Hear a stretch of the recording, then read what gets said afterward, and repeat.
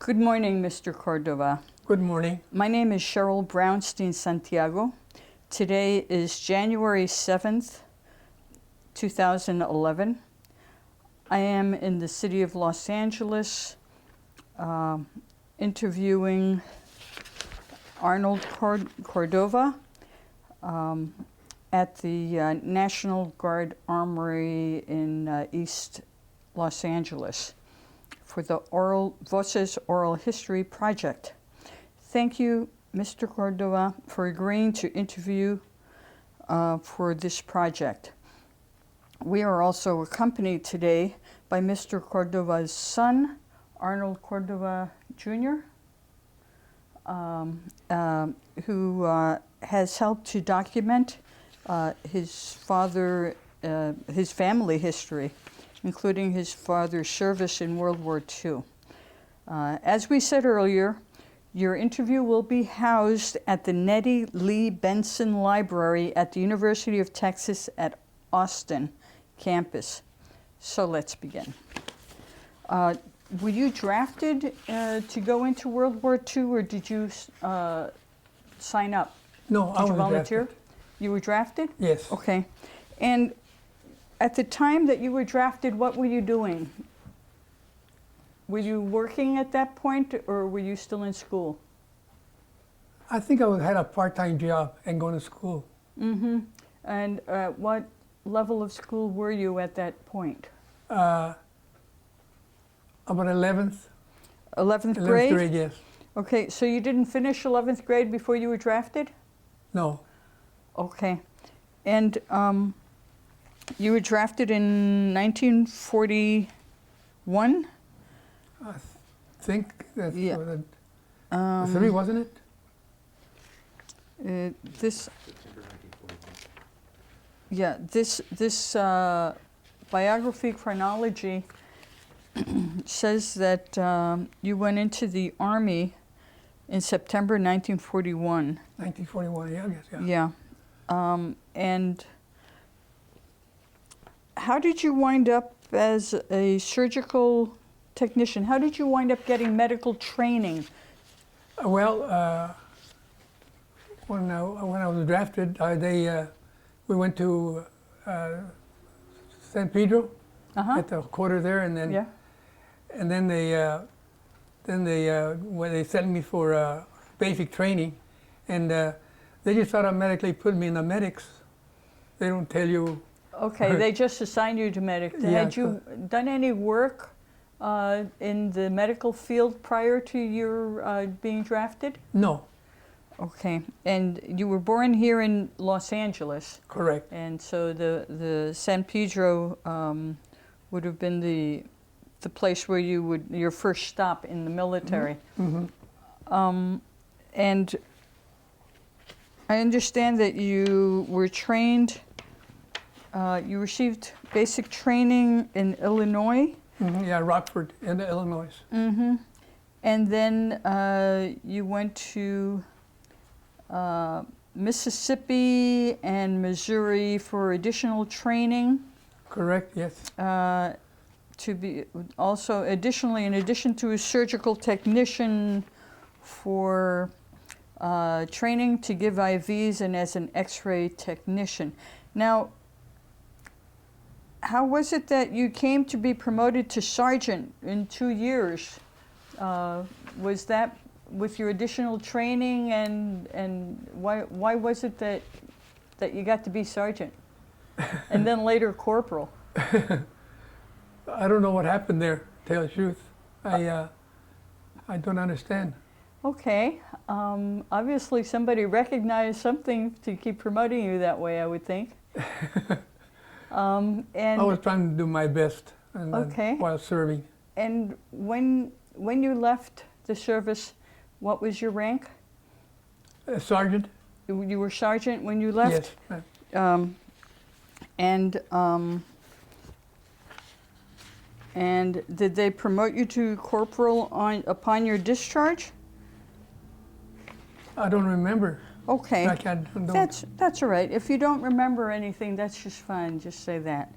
And then I understand that you served in the European theater in the 65th Infantry Division. Correct. How, with your training in Illinois and in Mississippi and Missouri, were there a lot of other Latinos? I think there's just a few. Just Not a too few? many. Okay, and how were you treated compared to other people in the military? Normal, Just the same? just same. Okay, and when you got to the 65th Infantry Division, were there a lot of other Latinos? Not too many. Not no. too many? Mm-mm. Okay, and you mostly knew of the people in the medical corps as well as the people that you treated, right? Did you actually interact with patients, or were you mostly in the prep end of it before the patients arrived? Well, the press, the prep was the first thing, Yeah. and then I would assist the doctor, the captain, whoever it was, Yeah. and to continue, with the. Now, in doing the prep for receiving patients in surgery, were you in charge of a certain area? More or less, yes. What area were you in charge of? Well, giving the What did you do? IVs, Giving IVs? yes. Okay. I used to insert, During surgery? No, When? this was when the soldiers were under treatment, I see. Okay. and they come in for their shot once a week. Oh yeah. Okay. And did you work in surgery rooms, in operating rooms, or Yeah, sometimes. yes. sometimes? And were they in field hospitals? No. No, they were in real hospitals. Yeah, the real hospital. yeah. Okay, very well. Now, you went to Europe in 1945. It says here.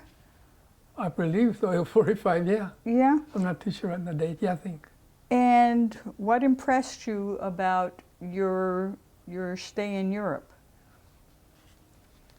Well, Was there still fighting going on at the time you were there in early 1945? So I would think there would still be some yeah, fighting. it was just about the end of it. Just about yes, the end about of the it. end of it. Yes. Okay. And did you consider yourself in danger at any point? No. No? Okay. And during the time that you were there, were you helping to treat people who had been in combat? Yes. And what was your experience like in helping the wounded soldiers? Well, we just give them first aid. That's all. But the main thing was that we had to do is prevent them from hemorrhaging, because then they go into shock. So our objective was to give that treatment of keeping them from going into shock. Mm-hmm. Okay. And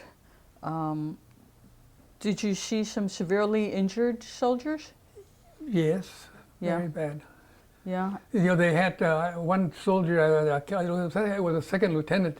He went and stepped on one of those foot mines. Boy, they're terrible.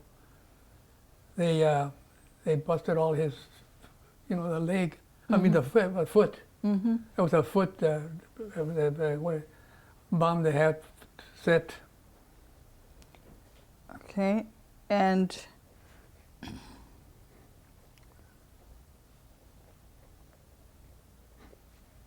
do you remember other cases where you were able to help out? How's that again? Other cases that particularly impressed you? Yes, it was awful. We were in a field, and then this poor second lieutenant stepped on a foot mine, and he was in bad shape with his foot.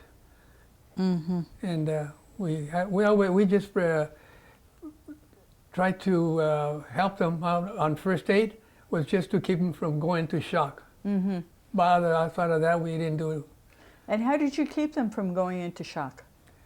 Keeping them warm, Mm-hmm. give them fluids, Mm-hmm. stuff like that. Yeah, I see. and covered up, of course, to keep warm, Yeah. or that'll be preferential from going into shock. Okay. And after your service in France, you then went to, you were also in Germany Mm-hmm. and Austria?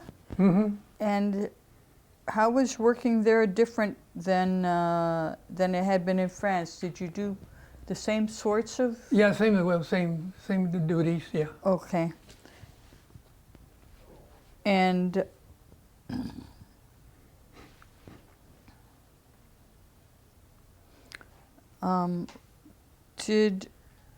does anything stick in your mind in terms of those different places that you went to during your service in Europe that were times that were particularly scary to you, or times where you really felt that you made a difference? I didn't get that question too well yet. What most impressed you during the time that you were in Europe? Were there moments in which you were very fearful, or were there moments in which you really felt that you had made a difference? I think it makes a difference. Okay. Do you remember any particular time where you felt that you really made a difference, or was that very common? Well, there was a lot of patients coming through, for first aid. Yeah. But the one that sticks to my mind a lot, it was the fact that this poor second lieutenant went and stepped in a foot mine. Yeah. And it blew his foot off. His foot off. Yeah. And how did you come upon him? It was in the Well, they field? brought him to us because we were in the brought him first echelon of the line. We were just right where the fighting was going on. Yeah. Right, and what they call the first echelon. Okay. So we were pretty close to the lines of action. I see. And you never got bombed or anything like that? No. That's, I'm okay. here. You're here. Yeah, that's and were you wounded at any point? No. Oh, lucky man. Yes. Okay. Now,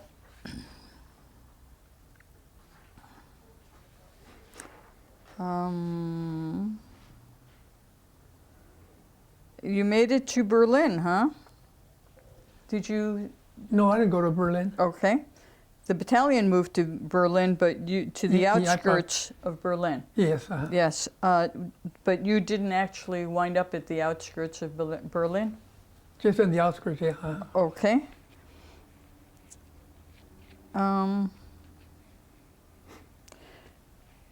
Now, you were discharged from the Army in 1946.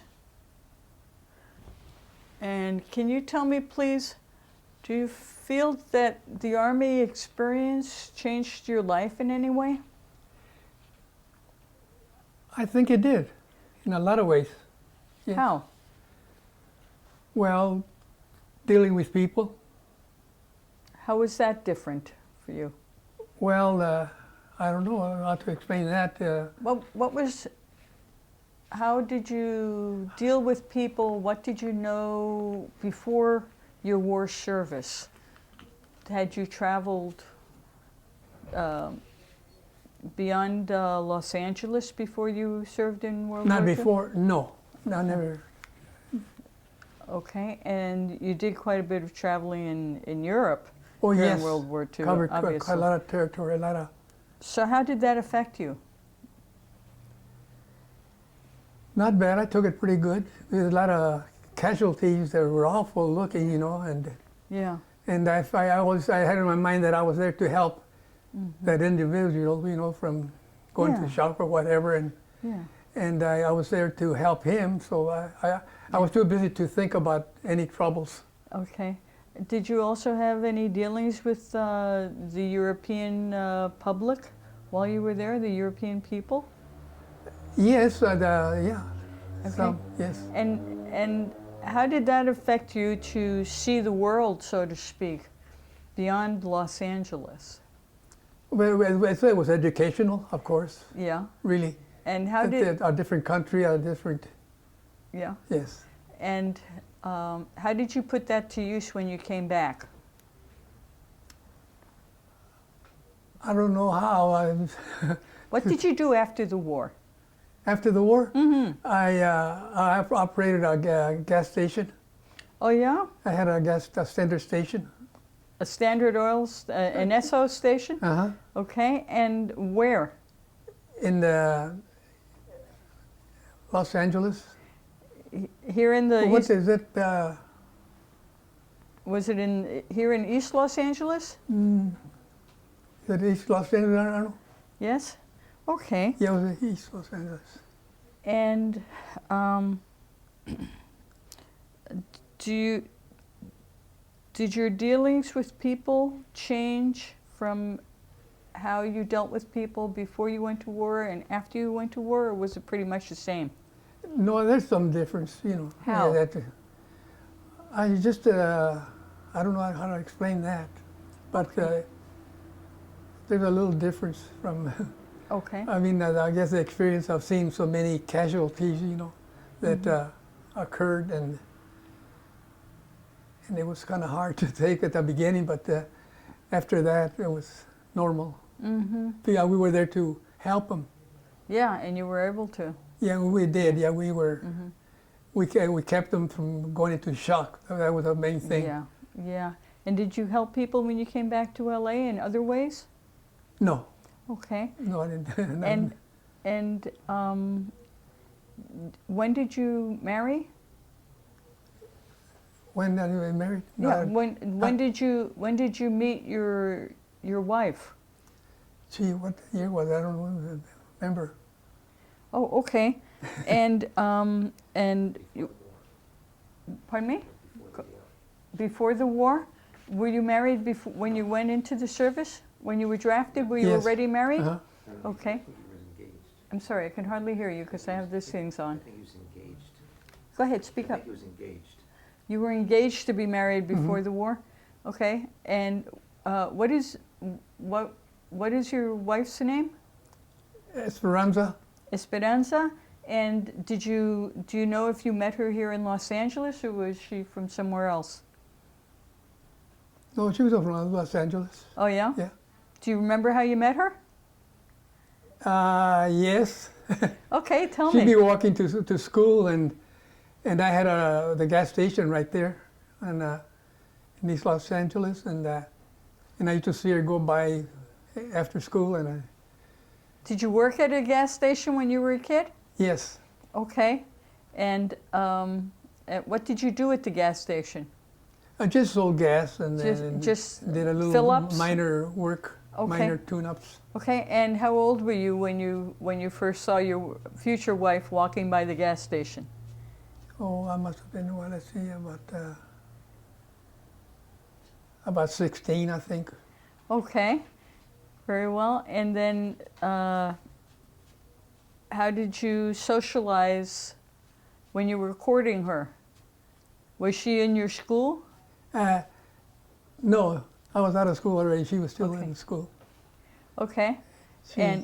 And how did you socialize when you were courting? What did you used to do for fun in those days?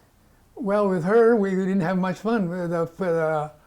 The parents were very, very strict. Oh, yeah? Yes. So how did you get to see her?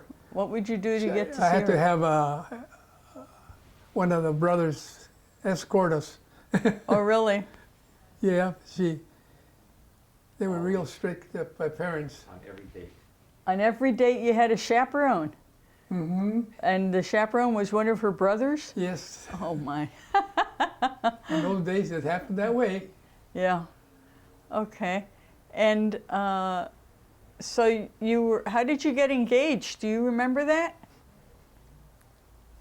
Well, I guess after trying so hard to get her to at least like me a little bit. So she did, and then once that happened, well, we just got together.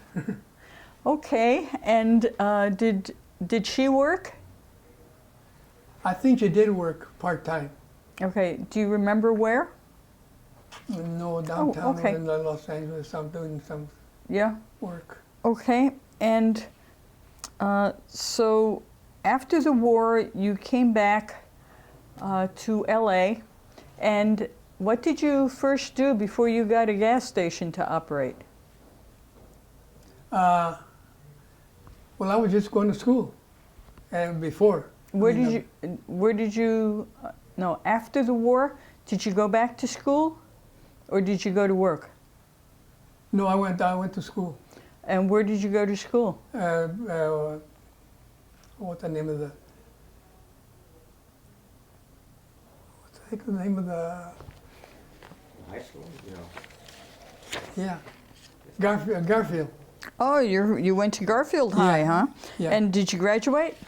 Yes, but I part-time. I went to school part-time. Mm-hmm. I couldn't take. He went to Metropolitan High School. Oh yes. Okay. And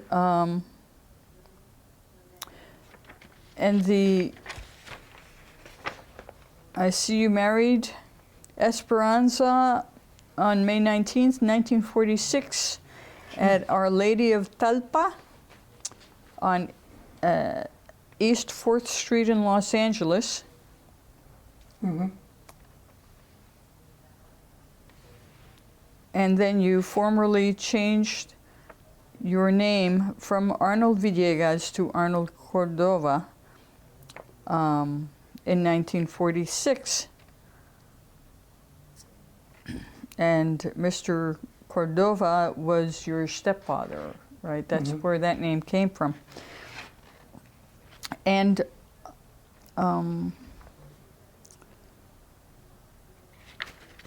after the war, you went to high school, you graduated from high school, and then how did you go from graduating from high school to owning a gas station? What happened in between there, do you know? Jesus, the years for that is kind of hard to put together. I don't know. Did you go back to working at a service station or a car repair shop? Yes, my dad had that job, gas station. Oh, your dad had a gas station? Yeah, and then I followed the steps more or less. And then I was a Chevron dealer for a Standard Oil company. Oh, I see. I went to business for myself. I see. And so your dad helped you get your start, and then you had your own gas stations? Well, no. He didn't help me any because the poor guy had passed away already. Oh, I'm sorry. How old were you when your dad died? Do you know? No, about 16 maybe. Oh, really? 14, 16. So it was before you went into the service that your father passed away? Mm-hmm. Oh, I'm sorry to hear that. And do you have a lot of siblings? Well, yes, actually, I know you have a lot, but do you remember how many siblings there were? Just two boys. 2 boys? Okay. And did they also serve in World War II? No. Okay. And when you say 2 boys, you're referring to Howard and Arthur? No, those are my brothers. Those are your brothers, okay. How many children were in your house when your father passed away? I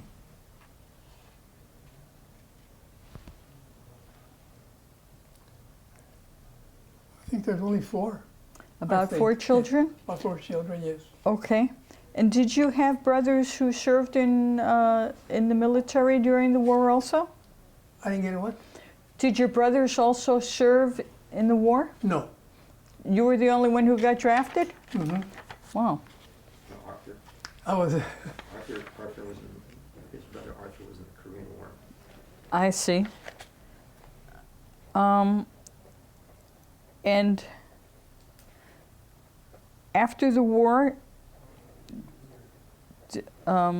Did your brothers also, did your other members of your family also go into the gas station business? No. Okay. And what happened to your father's gas station when he passed away? I kept operating it. And then you went to war, so what happened while you were away? It was closed down. It was closed down until you came back? It was our property. I see. And then you opened it up again when you came back? Yes, ma'am. Okay, very well. And so you worked in the gas station while you were attending high school? Mm-hmm. Okay. And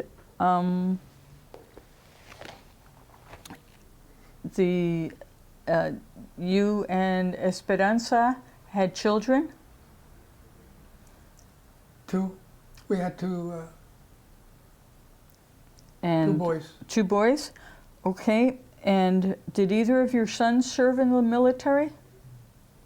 Who? Have either of your sons served in the military? It's the National Guard. Well, National Guard, Guard? that's all. Yeah, they didn't go to the service. Okay. And National Guard here in the States California. without overseas duty? Right. Okay.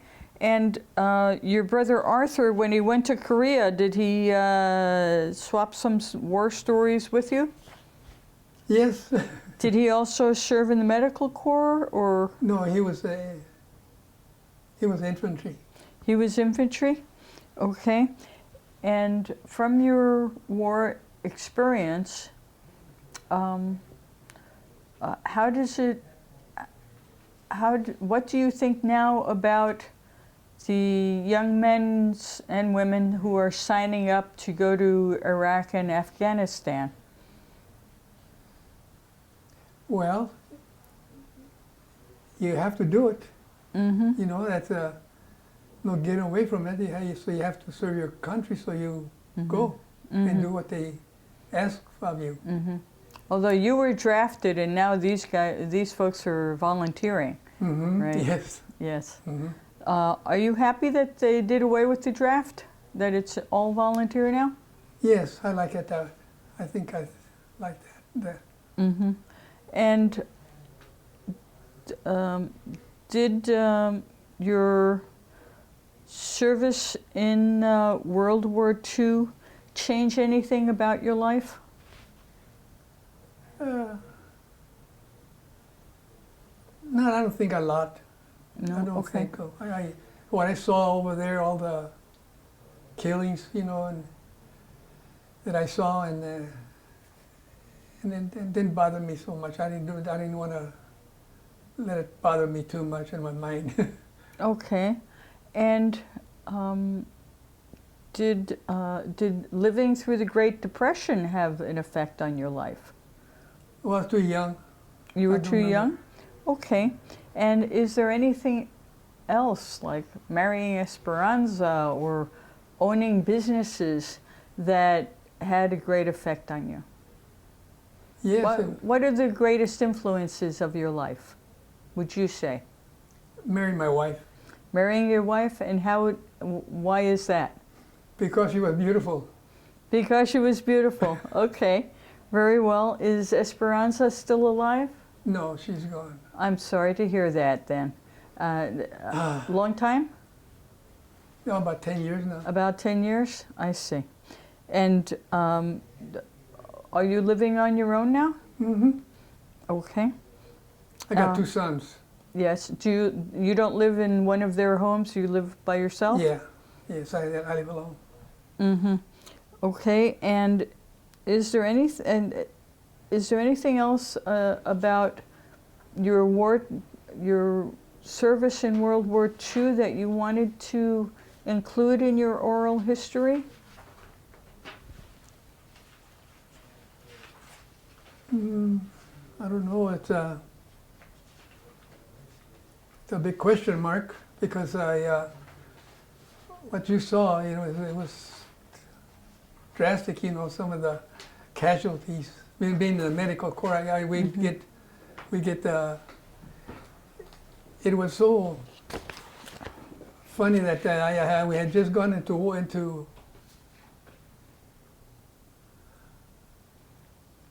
Now I see that you, although you didn't actually participate in battles, you certainly came out of the service with a number of medals and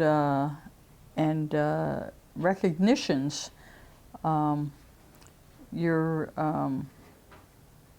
Including a Meritorious Unit Award, American Defense Service Medal, American Campaign Medal, European African Middle Eastern Campaign Medal, the Good Conduct Medal, and the World War II Victory Medal. Did, when Korea happened, were you tempted to go back into the service? No.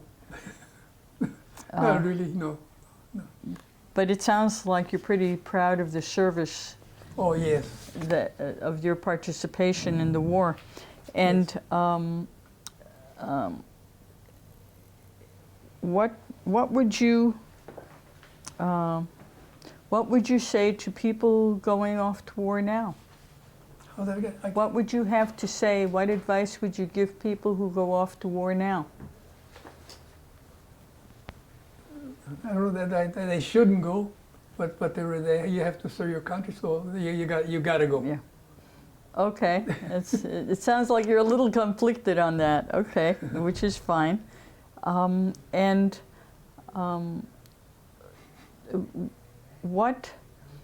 What did you do for amusement while you were in the service? Was there anything that you remember in terms of music, or when you weren't taking care of the wounded, what would you do? Well, they had the USO clubs going on, for Mm-hmm. entertainment for the GIs. Mm-hmm. Okay. And what did you like about those? What did you like about those? Dancing with the girls. Yeah. Okay. That's good. And do you remember seeing any performances in particular at those clubs? How's that again? Do you remember seeing any movie stars or other performances at those clubs? No, I didn't get a chance. You didn't see any shows? Yeah. Okay. Okay, and did you read newspapers or? Oh yes, I used to read the paper from home. Yeah, and did you have correspondence with other members of your family? A little bit, yeah, not too much. Okay, what about Esperanza? Oh, she got a letter every day. She got a letter every day? Just about, yes. Yeah, and how often did you hear from her? She returned my Yeah, so yes. you were writing back and forth just about every day? Uh-huh. Okay, and did you get a big pack of her letters at a time, or did you actually get them? No, not just a regular delivery. Yeah, and how about care packages? Did you receive care packages from home? Also, yeah. And what were in them? Goodies. What kind of goodies? Like sweet stuff, cookies and Cookies and candy? stuff. Okay, no burritos or... No burritos. Yeah, okay. Yesterday when we were doing interviews, people were talking about how they actually received burritos during the Korean War from home, and they would be fresh enough to still be able to eat. You know? That's yeah. nice. That's why I'm asking that. So you received care packages from home periodically? No, not too much. Not too much, No. just once in a while? Once in a while, yes. Okay, and do you speak Spanish? Yes. Okay, and do you remember ever using your Spanish during World War II? No, never. Okay, and after the war, you finished high school, and did you pursue your education any further? No. Or you were already busy with the gas station? Yeah, And I went to work. Okay, and when did you retire? Or have you retired? Yeah, you retired just about 10 years, I think. 10 years? A little more than 10 years. 1980. Oh, Yeah, yeah. I understand you're 92 now? yes, 92 years young? yes. Yeah, that's pretty good. So since your retirement, do you think back on World War II any differently than you did when you first came home? I don't know that question really. Has your impressions of being in war changed over time? I don't know. Okay, No, I've never- that's all right. When did you get involved in, you're active in the Belvedere Veterans Group? Well, there's a group of us guys that live right there in Montebello. Yeah, in East LA? And, yeah, we have a like it's not a club really, but Yeah. we get together about pretty close to about 40. I would say about average of 47 guys. We get together and Yeah. and have Okay. breakfast and. Yeah. I should correct myself. The Belvedere Veterans are out of Montebello, not East LA? Right now, they have their meetings in Montebello. At a Their meetings restaurant. are in Montebello, Yeah. in the Los Angeles area. It's near East LA. Yes. I don't want researchers to place the Belvedere veterans in the wrong place if they see this in the interview. But then most of them grew up in the East Los Yeah, Angeles. yes, most of them are from East Los Angeles. You've been involved in the Belvedere veterans from the very beginning? Yes, long time ago. Yeah. Okay, and do you remember how you got involved with them? Well, with the group that we have now, we used to go out for breakfast, with a few guys, and we kept going once a week, or once a month, but clock work, we were there all the time. That's very good. And And then, how? And what do you do when you get together? Oh, just talk. The guys just talk and talk about. There's no cards or dominoes or. No, we have time for that. Oh, okay. we are too busy running the programs, because they bring in programs for us to watch, to listen to, and stuff like that. We have speakers. I see. It's a lot of fun. Yeah, you have a lecture series and such about public programs that are available to help veterans. Well, that's good.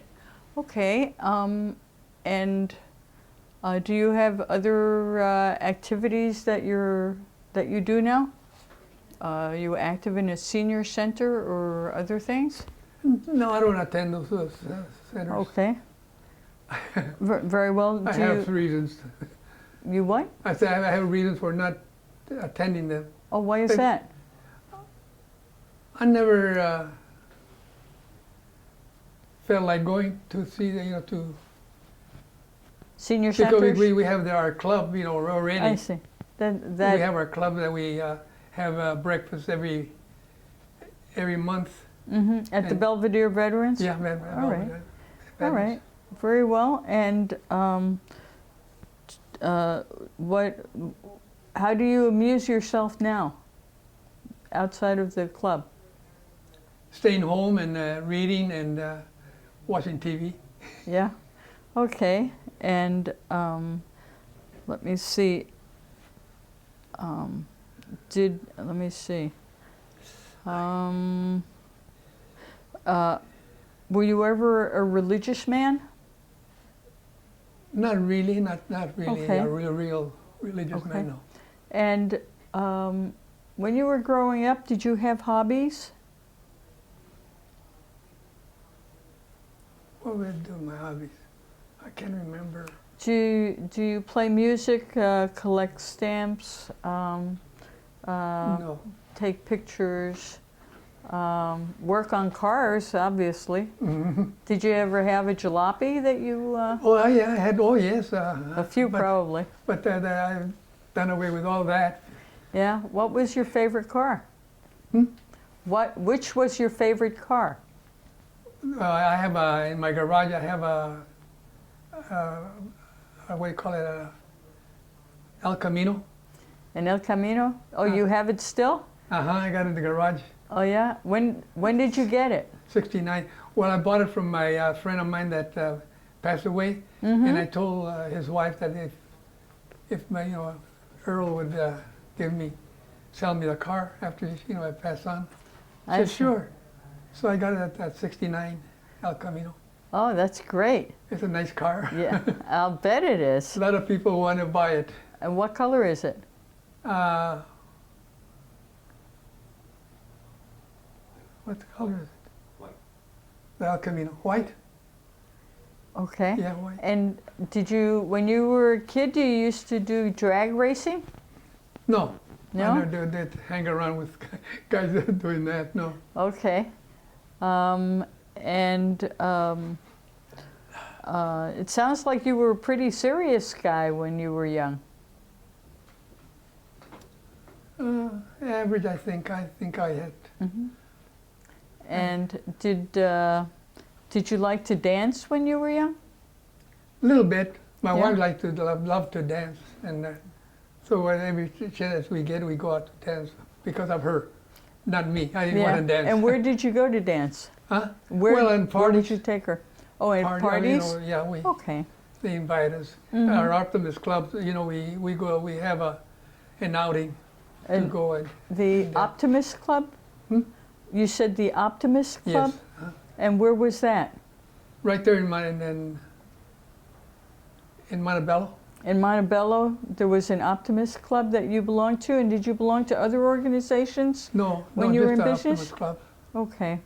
No Rotary Club or... Oh yes, I belong. Well, wait a minute. Yeah, I belong to tell- the. Well, I was everything. I was president and President everything of the not the. Lions, Rotary... Oh, here we go. What was my? Your son is providing me a cheat sheet here. Belvedere Optimists of East Los Angeles, President 1965-66. Outstanding Leadership Award from the Optimist Club. And you supported the East Side Boys Club in East Los Angeles. And were there any other organizations? Thank you. Not.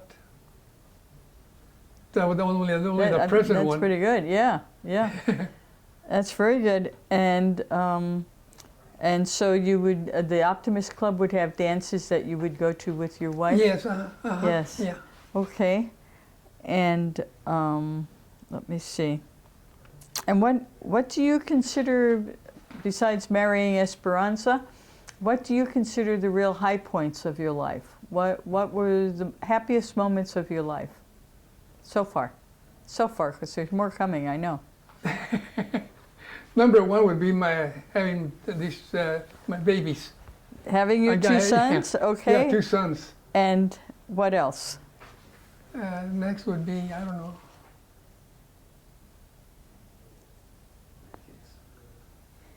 Maybe just me to good health. Yeah, I'm keeping your health is really important. Pretty healthy guy for my age. Yeah, how do you stay in shape, Mr. Cordova? Walk a lot. That's about it. That's all I do. Where do you walk? Where do you walk? Where do I walk? Yeah. Right in front of my house. I got a big, long front yard, or in the street. But it's long. It's not short block. It's about 2 blocks. Yeah. So you walk up and down the block where you live? Okay. And you don't have any walking buddies, or you just see the neighbors as you go by? Okay. Do you still drive? No. Okay. And what else would you like to do?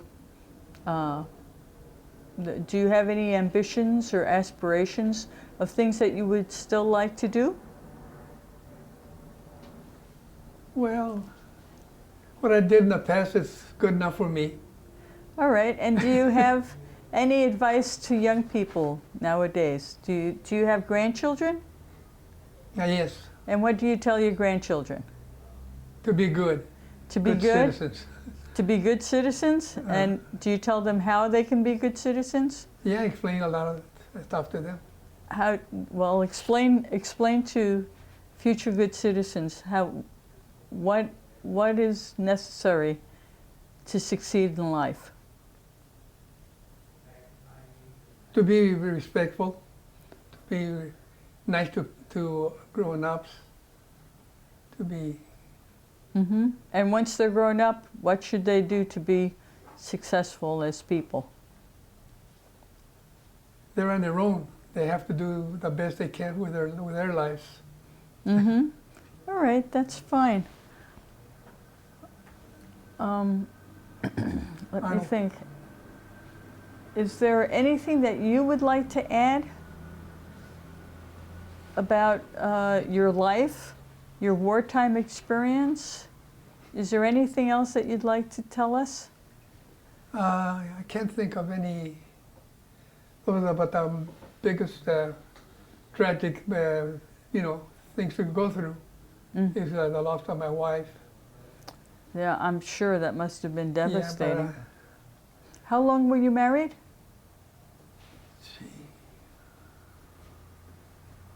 Forget how many years? I don't know.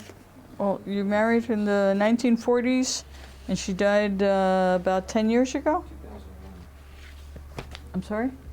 2001, Yeah. 55 years. 55 years? Yeah, 55 years is a long time. Mm-hmm. That's true. Okay. I lost a good partner. I'll bet she was,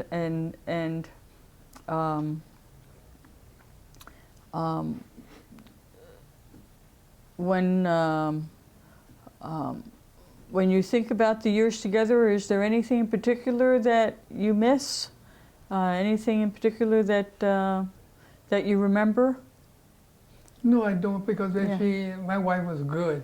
She was the best. That's great. Very good. Tell me. Hmm? Go ahead. She what? Well, she's a good housekeeper. I know she loved me. That's great. That's very good. Okay. Is there anything that you think we've overlooked at this point? Well, he has how many? He has 1, 2, 3, 4 grandchildren. You have 4 grandchildren. Oh yes, we forgot them. Yeah, no, that's all right. And are you proud of your grandchildren? Very. Yeah. And is there anything that you would like to see them do or not do as they grow up, based on your own experience? What? Tell me. What do you wish for your grandchildren? The best. Okay, but can you be a little more specific? Can I tell you something? My life, what I'm very proud of is my son Richard. Yeah. He's the director of the Children's Hospital. He's the director of the Children's Hospital. What do you call it? CEO. He's CEO of the Children's Hospital of Los Angeles. Oh, that's great! Congratulations. Oh yeah, he's got a top job. Yeah, that's very good. So actually, you did have one child who went into sort of a medical-related field, huh? Right. Okay, that's very good. Anything else that you can think of? No, one thing keeps coming to my mind is going back to the war. Certainly. When I saw a poor second lieutenant with his legs, not the leg, but the foot. Yes. That's what they call foot mine. Yes. He went and stepped on one. Yes. And it just blew his feet. I know. That's it was terrible. awful. I'll never forget that. Yeah. In my life, I'll never forget it. That's terrible. Because I was in the first echelon in the medical corps, so they used to bring their casualties to us first to keep them from going into shock. Because once they go into shock, then they're gone. Yeah. Because of loss of blood and stuff like that, and then we supply them with that right away and save lives. But it was really interesting. Yeah. All right. Well, it was a good thing that you were able to help that second lieutenant. Oh, You know, yes. he was a lucky man to have you helping him. Uh-huh. Okay, very good. Then I think I'm going to stop the tape, and we'll. Hold on.